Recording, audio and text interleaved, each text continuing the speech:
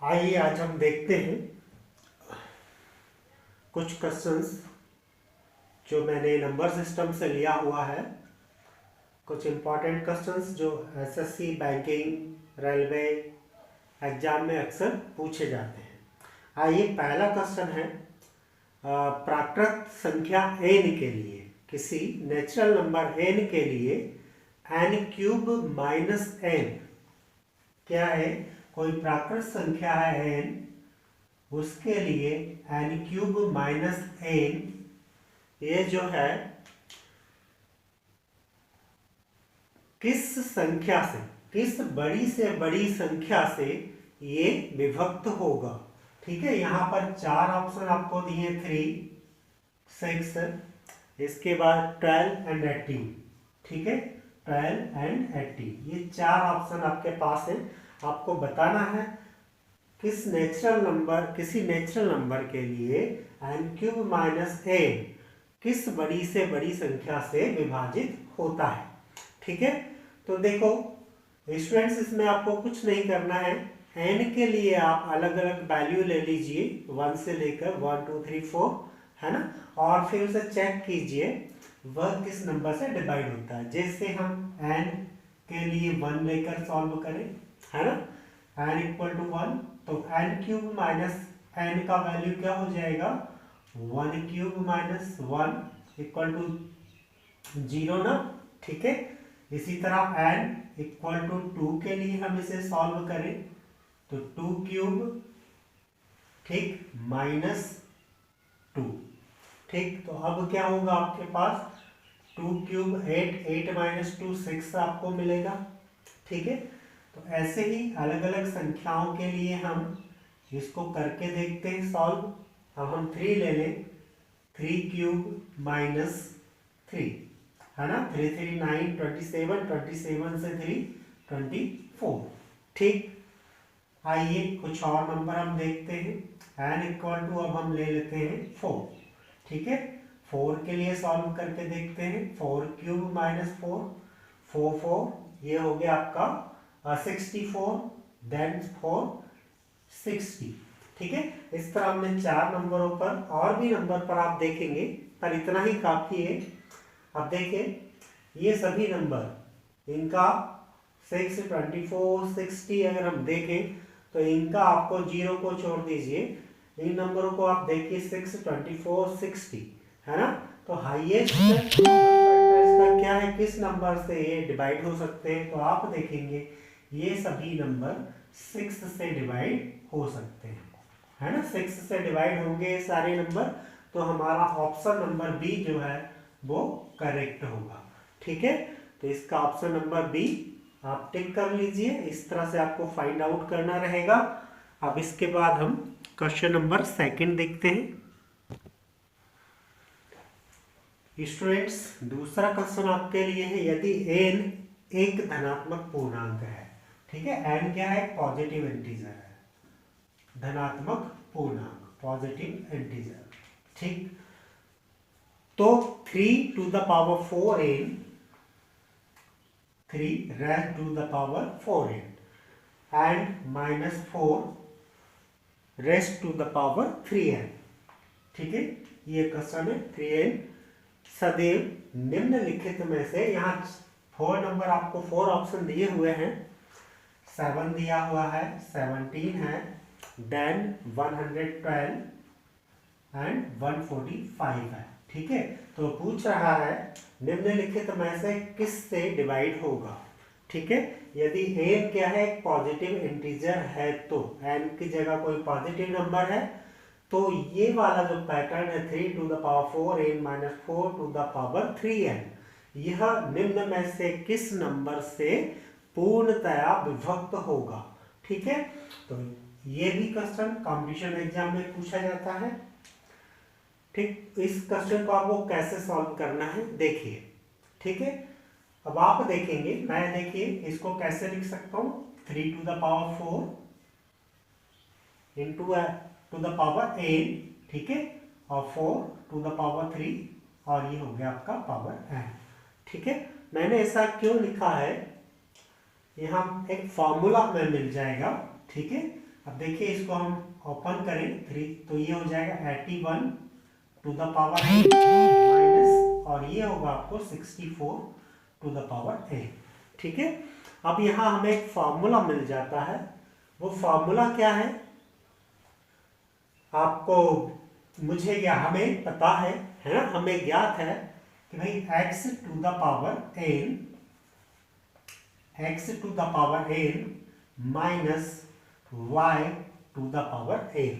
ठीक है, ये सदैव, ये हमेशा क्या होता है, x माइनस वाई से विभक्त होते हैं। ठीक है, क्योंकि ये उसका एक गुणनखंड होता है x माइनस वाई इसका, है ना। तो ये क्या होगा, सदैव x माइनस वाई से विभक्त होगा। अब देखिए इसी फार्मूले के अकॉर्डिंग ये बना है ना। तो 81 to the power n minus 64 power n किससे विभक्त होगा, 81 माइनस 64। ठीक है, तो ये कितना बचा हुआ आपके पास, 17। ठीक है, तो आपका सेकेंड वाला ऑप्शन करेक्ट है। और इसे आप और क्वेश्चंस के लिए भी हमेशा याद रखिएगा, है ना। ये हमें ज्ञात है और आज आपको भी ज्ञात हो गया है। अगर आपको नहीं मालूम था तो ध्यान रखिएगा। ठीक है, ये जो है x to the power n, जब कोई पॉजिटिव इंटीजर हो तब के लिए मैं बात कर रहा हूं। x to the power n minus y to the power n हमेशा x माइनस y से विभाजित होता है। ठीक है, तो डियर स्टूडेंट्स, क्वेश्चन नंबर 3 आपके समक्ष 127 raised to the power 127 plus 97 to the power 127। ठीक है, एक ये आपको दिया हुआ है और दूसरा आपको दिया है 127 to the power 97 and 97 to the power 97। इसका एक कॉमन गुणनखंड क्या होगा। ठीक है, आपको ये बताना इसका एक कॉमन गुणनखंड क्या होगा। यहाँ पर आपको कॉमन गुणनखंड दे रखे हैं, 127 दिया हुआ है, 97 दिया हुआ है सेकेंड ऑप्शन, थर्ड ऑप्शन आपके समक्ष 30 एंड 224। ये 4 ऑप्शन आपको दिए, इनमें सही कौन सा होगा, है ना। तो स्टूडेंट्स हम जानते हैं, देखिए वापस हम एक फॉर्मूले की बात करें तो हम जानते हैं, हम क्या जानते हैं भाई, x to the power m plus y to the power n। ठीक है, इसका एक गुणनखंड क्या होता है, इसका एक गुणनखंड होता है x प्लस वाई। ठीक है, इसका गुणनखंड क्या होता है, x प्लस वाई होता है। ठीक है, इट मीन दोनों का एक गुणनखंड क्या होगा, x प्लस वाई। बस कुछ मत कीजिए, आप दोनों के गुणनखंड निकाल लीजिए और हम देखते हैं। देखिए इसका हम गुणनखंड निकालेंगे, ठीक, पहले वाले का तो 127 है x के प्लेस पर और यहाँ पर 97 है। ठीक है, तो भाई x प्लस वाई गुणनखंड है, दोनों को ऐड कर दीजिए, 4 9 2 11 12 एंड 2 224 हो गया। इसका गुणनखंड 127 to the power 127 plus 97 to the power 127, 224 आया। इसी तरह हम इसका गुणनखंड भी देखें तो देखिए वही है 127 प्लस 97। ठीक, तो 224 है ना, इसका भी 224 है और ये भी 224 है ना। इट मींस कॉमन गुणनखंड दोनों का क्या है, 224। ठीक है, इस तरह से आप कुछ नहीं, आपको बस इसमें क्या करना है, फार्मूलाज जो है, ठीक, नंबर सिस्टम में जो भी फार्मूलाज हैं वो मैं पिछले वीडियो में आपको लिखवा चुका हूँ। तो ये फार्मूलाज आपको ध्यान में रखना होंगे और आप आसानी से कोई भी क्वेश्चन इसके बाद सॉल्व कर सकते हैं। ठीक है, अब अगला क्वेश्चन मेरा है भाई, संख्या जैसे 1 2 3 4 5 6 अप टू 100। ठीक है, अप टू 100 तक संख्याएं हैं और उनका हम आपस में मल्टीप्लाई करते हैं, 1 2 3 और कहाँ तक है संख्याएं, 100 तक है। क्वेश्चन है इनका आपस में मल्टीप्लाई अगर किया जाता है तो अंत में जो प्रोडक्ट होता है उसके राइट साइड अंत में शून्यों की संख्या कितनी होगी, कितने शून्य आएंगे अगर हम आपस में इनका मल्टीप्लाई करते हैं। तो बच्चों सबसे पहले हम एक पंक्ति में देखें, एक पंक्ति को चेक करें 1 से 10 तक, 1 to 10, ठीक है। 1 to 10 तक जितनी भी संख्याएं हैं उनका हम आपस में मल्टीप्लाई जब करते हैं तो 2 टाइम 10 आते हैं, ठीक है। कितने टाइम आते हैं टाइम, कितने टाइम जीरो आते हैं, 2 टाइम आते हैं। क्यों आते हैं ये भी समझ लीजिए, एक जीरो तो 10 वाला हो गया, ठीक है। और दूसरा जीरो कैसे आता है, 2 into 5, 2 into 5 का जब हम मल्टीप्लाई करते हैं तो एक जीरो हमें वहां मिलता है। इट मीन्स एक पंक्ति में 2 जीरो, ठीक है। अब हमें कितनी पंक्तियां लेना, 9, लास्ट वाली पंक्ति को भी छोड़ दीजिए। तो 9 पंक्ति में कितने जीरो हो जाएंगे, 9 into 2 इक्वल टू 80, ठीक। अब हम लास्ट पंक्ति की बात करते हैं, कौन सी, 91 to 100 तक, ठीक है। इसे क्यों छोड़ा था, क्योंकि आखिरी 2 जीरो, ठीक है, इसलिए हमें छोड़ा था। और एक जीरो आएगा 92 into 95 वाला, ठीक है। इट मींस इसमें होंगे 3 जीरो, ठीक। तो टोटल कितने जीरो आएंगे इनका मल्टीप्लाई करने पे, 18 और 3 21 जीरो होंगे। मैं ऑप्शन लिखना भूल गया यहाँ पर, लेकिन आंसर क्या होगा, 21 होगा, ठीक है स्टूडेंट्स, समझ गए आप। तो इस तरह से इसे सॉल्व करना है। इसके बाद हम नेक्स्ट क्वेश्चन देखते हैं। अब इसके बाद हम स्टूडेंट्स एक बहुत ही इंपॉर्टेंट क्वेश्चन लेते हैं जो अक्सर एग्जाम में पूछा जाता है, ठीक है। और इसके मैं आपको 2 टाइप्स बताऊँ, 2 मैथड्स मैं आपके साथ शेयर करूंगा। आपको जो भी इजी लगे उससे आप इसे सॉल्व कर सकते हैं, ठीक है। इस तरह के क्वेश्चन अधिकांश पूछे जाते हैं। तो हम देखिए क्वेश्चन क्या है, 17 to the power 200, ठीक। अब क्वेश्चन है, इसको यदि हम किससे डिवाइड करें, 18 से डिवाइड करें, 17 रेस्ट टू द पावर 200 को 18 से डिवाइड करने पर शेषफल क्या बचेगा, ठीक है। ऐसे क्वेश्चन में क्या पूछा जाता है, शेषफल पूछा जाता है, भाई शेषफल क्या होगा, ठीक है। तो यहां आपको कुछ याद रखने के लिए बता रहा हूं, आपको ये ध्यान देना है कि इस पर जो घात लगी हुई है, जो इसका पावर है, ठीक है, वो इवन नंबर है या ऑड नंबर है, ठीक है। पहली चीज आपको ये ध्यान में रखना है। यदि ये पावर, ठीक है, इसको मैं n कहूं, कोई भी नंबर हो सकता है, तो यदि n एक क्या है, यदि n एक इवन नंबर है, ठीक, इवन हो, n इवन हो, ध्यान रखिएगा, n यदि इवन हो तो x to the power n -1, ठीक। एक फॉर्मूला मैं आपको बता रहा हूं, इसे ध्यान में रखना, x to the power n -1 हमेशा किससे डिवाइड होता है, हमेशा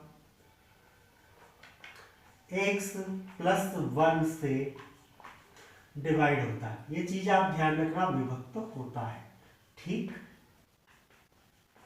बहुत ही आसानी से आप कर पाएंगे, इसे अच्छे से समझ लीजिए।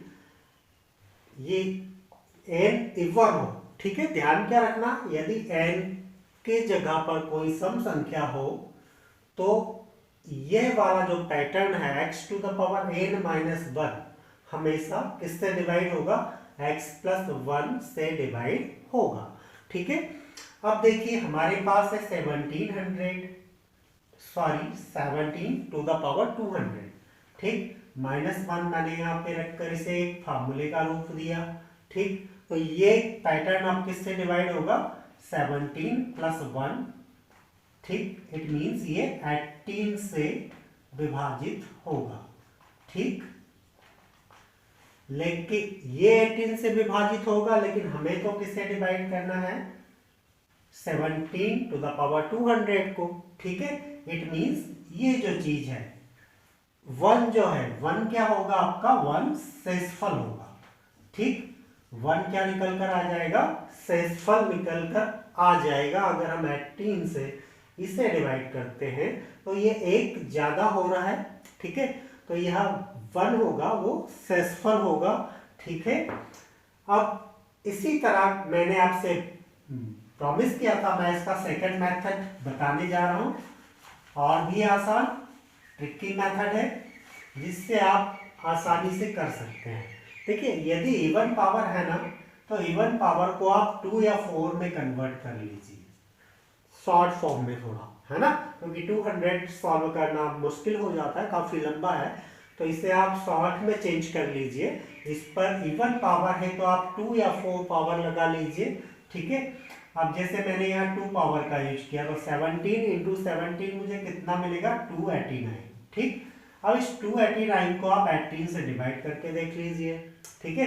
18 से हमने डिवाइड किया तो 18 बन जाए 18, ठीक है, 10 हो गया 109, ठीक। 109 आता है क्या टेबल में 18 के, नहीं आता है ना, 108 आता है, ठीक है, 108 आता है, 109 नहीं आता, तो 108 आता, 108 हमने माइनस किया तो क्या बचा, 9 से 8 1, ठीक। तो 1 ये हमारा शेषफल हमें मिल गया, ठीक है। तो यहाँ पर आपको कुछ नहीं करना है, बस छोटी पावर के रूप में चेंज करना है। अगर इवन है तो आप 2 और 4 का यूज करें, और यदि ये ऑड है तो आप पावर को किसमें चेंज कर लें, ऑड है यदि तो पावर को 1 या 3 में चेंज कर लें, ठीक। जैसे मैं वो भी समझा देता हूँ आपको, जैसे 25 है, 25 टू द पावर हम कोई ऑड नंबर ले लेते हैं, है ना। जैसे आपके बुक में दिया हुआ है 25 to the power 25 to the power 25 को 26 से डिवाइड कर देगा, ठीक है। 26 से भाग देने पर शेषफल क्या बचेगा, ये अगला क्वेश्चन दिया हुआ है, ठीक है, जिसमें ये आपका ऑड हो गया। तो ऑड को आपको किस में चेंज कर लेना है, 1 और 3, ऑड नंबर में पावर को चेंज कर लेना है छोटे पावर के रूप में, है ना। 25 बहुत बड़ा है।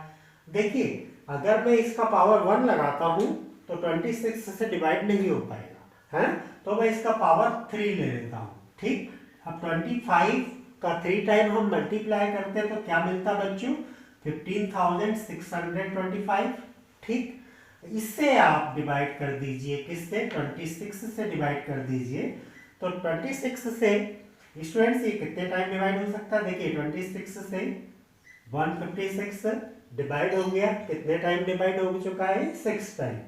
और ये 25 कैरी डाउन हम लेते हैं, या ये कहें ये हमारा शेषफल होगा, ठीक है। देखिए कितनी आसानी से हमने इसे सॉल्व कर लिया, ठीक। तो इस तरह के क्वेश्चंस अगर आते हैं तो आपको ये मेथड बहुत ही यूजफुल होगा, आप इसे यूज करके अपना समय भी बचा सकते हैं, और एक्यूरेट जो आंसर होगा वो आंसर आप पा सकते हैं।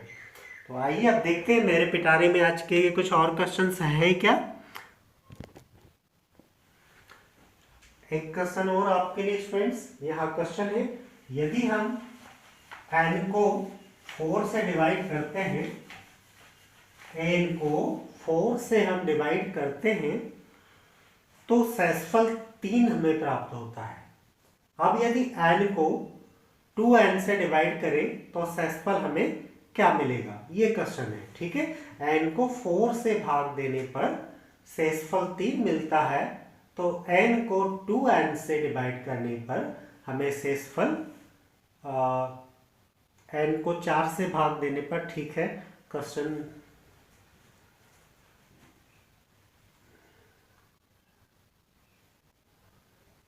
एक मिनट, मैं क्वेश्चन जरा देख लूं, क्वेश्चन गड़बड़ हो रहा है, जस्ट मिनट बैठ कीजिएगा।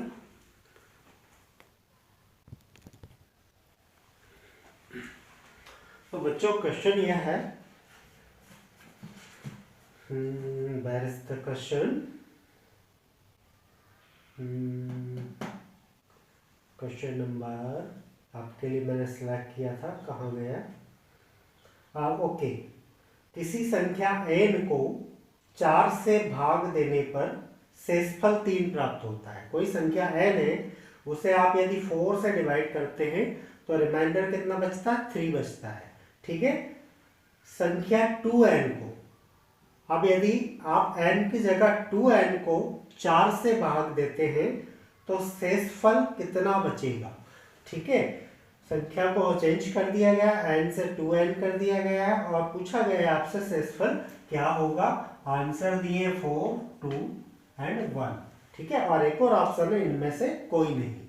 ठीक, तो इस तरह का सवाल है तो हम इसमें मान ले सबसे पहले कि जब हम संख्या को n को हम 4 से भाग देते हैं, ठीक है, n को हम 4 से भाग देते हैं तो भागफल जो हमें मिलता है, ठीक है, भागफल q होता है। ठीक, और शेषफल ऑलरेडी दिया हुआ है। शेषफल क्या मिलता है आपको, 3 मिलता है, 3 ही दिया हुआ है। ठीक है, कौन सी कंडीशन में, जब हम 4 से भाग देते हैं। ठीक है, तो हमारी भाग देने वाली संख्या, भाजक क्या है आपका, डिवाइजर कौन है, 4 है, 4 से भाग देते हैं तो। ठीक, तो अब n इक्वल टू क्या बन जाएगा, n equal to 4q plus 3 होगा according to Euclid division lemma, है ना। ये आपका भाज्य है, भाज्य बराबर भाजक इंटू भागफल प्लस शेषफल। ठीक है, ये कब, कौन सी परिस्थिति में, जब n को हमने डिवाइड किया। ठीक है, अब यदि हम 2n को डिवाइड करें तो कंडीशन क्या होगी, 2n इक्वल टू 2 4 जा 8, 2 से इधर भी हम मल्टीप्लाई कर दें और 2 3 जा 6। ठीक, 2 से हमने दोनों साइड मल्टीप्लाई किया। ठीक, अब हम 4 से अगर डिवाइड करते हैं इसको, है ना, 4 से यदि हम इसे डिवाइड करें तो क्या कंडीशन होगी, देखिए 4 से हम इसे डिवाइड करते हैं, आप इसी तरह से देख लीजिए, हम इसी तरह से डिवाइड करते हैं। ठीक, किससे डिवाइड करना आपको, 4 से। 4 से 8q को हम डिवाइड करें, ठीक, तो कितने टाइम होगा, 2q, कितने टाइम होगा, 2q टाइम डिवाइड हो जाएगा। ठीक, 6, अब 4 से 6 को डिवाइड करें 1 टाइम, ठीक, और रिमाइंडर हमारे पास क्या बच जाएगा, 2। ठीक है, तो ये हो गया आपका क्वेश्चन। यदि n को हम 4 से डिवाइड करते हैं तो शेषफल 3 हमें मिलता है, और यदि उसी n, और हम यदि n की जगह 2n को 4 से डिवाइड करेंगे स्टूडेंट्स तो आपको शेषफल मिलेगा 2। ठीक है, तो ये कुछ इंपॉर्टेंट क्वेश्चंस थे जो वेरियस कॉम्पिटिटिव एग्जाम्स में पूछे जाते हैं अक्सर। ठीक है, तो मैं सोचता हूँ अब आपको इन क्वेश्चंस को सॉल्व करने में कोई प्रॉब्लम नहीं होगा, आप आसानी से इन्हें सॉल्व कर सकेंगे। ठीक है, आज के लिए इतना काफी है, 8 क्वेश्चंस हो चुके हैं। Okay students, now once again I wish you all the best, and next day we will meet you soon. Next day, thank you.